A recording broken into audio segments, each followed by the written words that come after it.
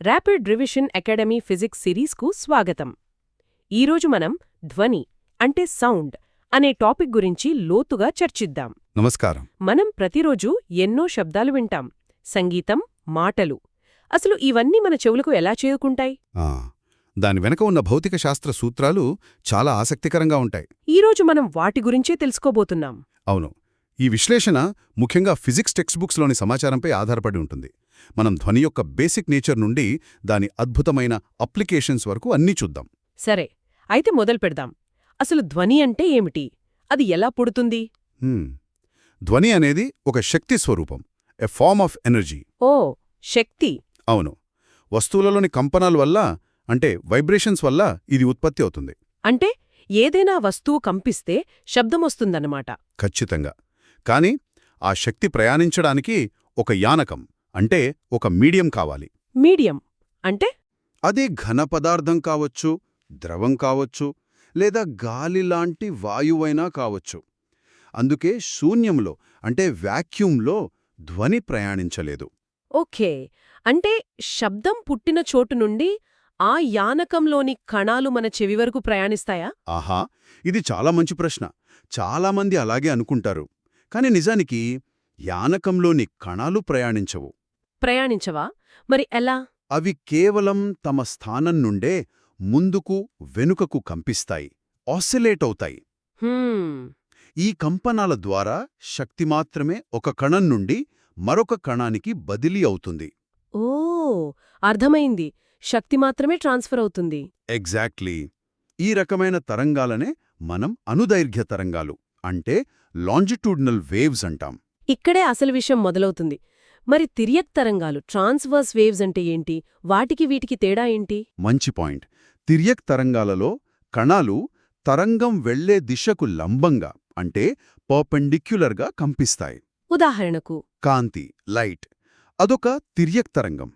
కాని అది యాంత్రిక తరంగం కాదు. కానీ ధ్వని తరంగాలలో యానకంలోని కణాలు దగ్గరగా వచ్చినప్పుడు సంపీడనాలు, అంటే కంప్రెషన్స్, దూరంగా వెళ్ళినప్పుడు విరళీకరణాలు, రారిఫాక్షన్స్ ఏర్పడతాయి. ఈ కంప్రెషన్స్, రారిఫాక్షన్స్ రూపంలోనే ధ్వని ప్రయాణిస్తుంది. సరే, ఇప్పుడు ధ్వని యొక్క ముఖ్యమైన లక్షణాల గురించి మాట్లాడుకుందాం. ఉదాహరణకు, ఒక శబ్దం ఎందుకు గట్టిగా లేదా మెల్లగా వినిపిస్తుంది? దీనికి కారణం కంపన పరిమితి, యాంప్లిట్యూడ్. యాంప్లిట్యూడ్. అవును. కంపనం ఎంత బలంగా ఉంటే యాంప్లిట్యూడ్ అంత ఎక్కువగా ఉంటుంది. అప్పుడు శబ్దం అంత గట్టిగా, అంటే లౌడ్నెస్ ఎక్కువగా ఉంటుంది. మరి కొన్ని శబ్దాలు కీచుగా, ష్రిల్గా ఉంటాయి. కొన్ని గంభీరంగా, లోపిచ్తో ఉంటాయి. ఆ తేడా ఏంటి? ఆ తేడాకు కారణం పౌనఃపున్యం, ఫ్రీక్వెన్సీ. ఫ్రీక్వెన్సీ అంటే యూనిట్ టైంలో ఎన్ని పూర్తి కంపనాలు జరిగాయో తెలిపేదే ఫ్రీక్వెన్సీ. దీనిని మనం హెర్ట్జ్, అంటే హెచ్జెడ్ లేదా హెచ్జెడ్లో కొలుస్తాం. ఓకే. ఫ్రీక్వెన్సీ ఎక్కువగా ఉంటే శబ్దం కీచుగా, అధిక పిచ్తో ఉంటుంది. అదే ఫ్రీక్వెన్సీ తక్కువగా ఉంటే శబ్దం తక్కువ పిచ్తో, గంభీరంగా ఉంటుంది. ఇక్కడే ఇంకా కొన్ని ముఖ్యమైన పదాలున్నాయి. తరంగదైర్ఘ్యం, అంటే వేవ్ లెంత్. అంటే రెండు వరుస సంపీడనాల మధ్య దూరం కదా? కరెక్ట్. అలాగే ఆవర్తన కాలం, టైం పీరియడ్, టీ, అంటే ఒక పూర్తి కంపనానికి పట్టే సమయం. ఫ్రీక్వెన్సీకి దీనికి సంబంధం ఉంటుంది కదా? అవును. ఫ్రీక్వెన్సీ అనేది టైం పీరియడ్కి విలోమానుపాతంలో, అంటే 1Tగా ఉంటుంది. సంగీతం వినేటప్పుడు టోన్, నోన్ అనే పదాలు వింటాం కదా? వాటికి సైంటిఫిక్గా ఏమైనా తేడా ఉందా? ఖచ్చితంగా ఉంది. టోన్ అంటే ఒకే ఒక్క ఫ్రీక్వెన్సీ ఉన్న శబ్దం, సింగిల్ ఫ్రీక్వెన్సీ. అవును. కాని నోట్ అంటే బహుళ ఫ్రీక్వెన్సీల మిశ్రమం. ఒక నోట్లో అత్యల్ప ఫ్రీక్వెన్సీని ఫండమెంటల్ టోన్ అంటారు. మరి మిగిలినవి? మిగిలిన వాటిని ఓవర్ టోన్లు అంటారు. ఈ ఓవర్ టోన్లలో ఫండమెంటల్ ఫ్రీక్వెన్సీకి సరళ గుణిజాలుగా, సింపుల్ మల్టిపుల్స్గా ఉండేవాటిని హార్మోనిక్స్ అంటారు. ఓ, అంటే ఇక్కడ ఒక చిన్న టెక్నికల్ డీటెయిల్ ఉంది. అవును. అంటే అన్ని హార్మోనిక్లు ఓవర్ టోన్లే, కానీ అన్ని ఓవర్ టోన్లు హార్మోనిక్స్ కావు.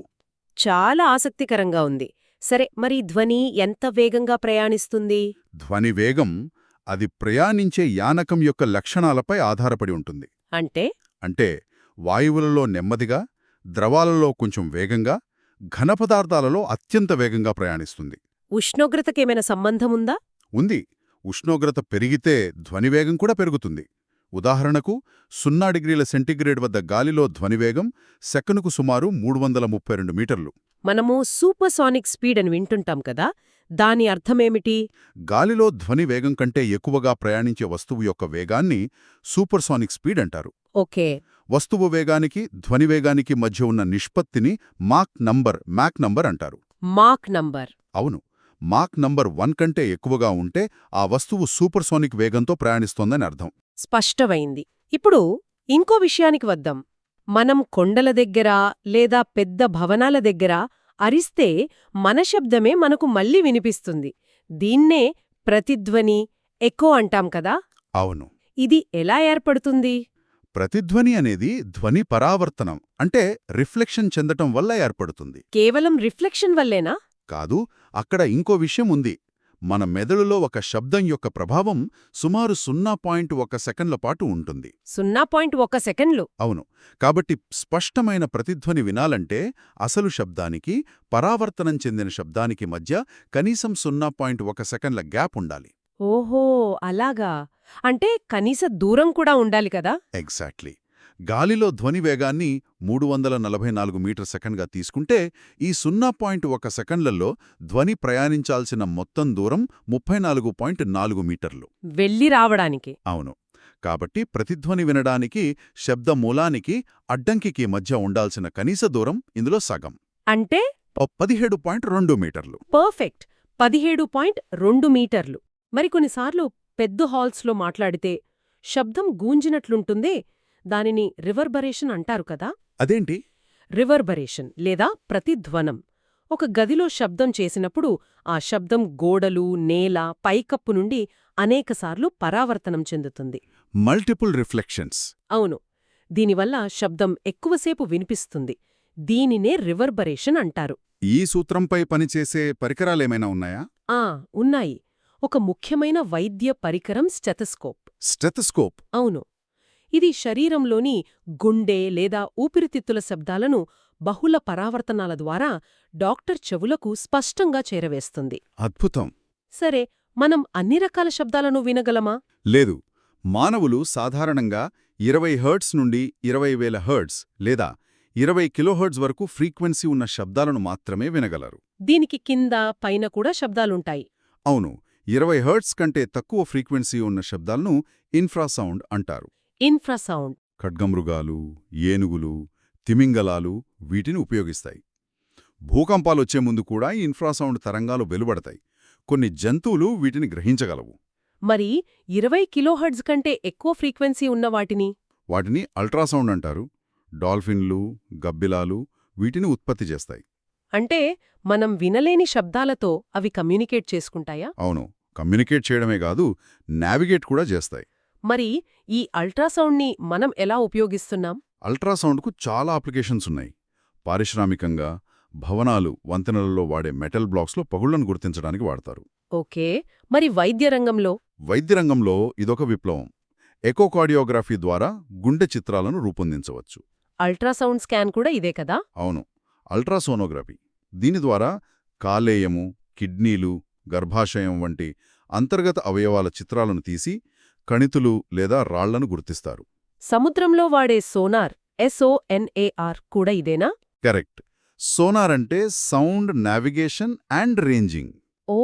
ఇది నీటి అడుగున ఉన్న వస్తువుల దూరం, దిశ మరియు వేగాన్ని కొలవడానికి ఉపయోగించే పరికరం. ఓడల నుండి అల్ట్రాసౌండ్ తరంగాలను పంపి అవి తిరిగి రావడానికి పట్టే టైంను బట్టి లెక్కిస్తారు. ఖచ్చితంగా. సముద్రపు లోతు, జలాంతర్గాములు, మునిగిపోయిన ఓడలను కూడా దీంతోనే గుర్తిస్తారు. ఈ పద్ధతిని ఎకో రేంజింగ్ అంటారు. కాబట్టి ఈరోజు మనం ధ్వని గురించి చాలా విషయాలు తెలుసుకున్నాం. ధ్వని అనేది యానకం ద్వారా ప్రయాణించే ఒక అణుదైర్ఘ్య తరంగం అని. అవును. దాని లక్షణాలైన యాంప్లిట్యూడ్, తీవ్రతను, ఫ్రీక్వెన్సీ, పిచ్ను నిర్ధారిస్తాయని అర్థం చేసుకున్నాం. ప్రతిధ్వని వెనుక ఉన్న సైన్స్ని చూశాం. అలాగే ఏనుగులు ఉపయోగించే ఇన్ఫ్రాసౌండ్ నుండి వైద్యంలో ఉపయోగించే అల్ట్రాసౌండ్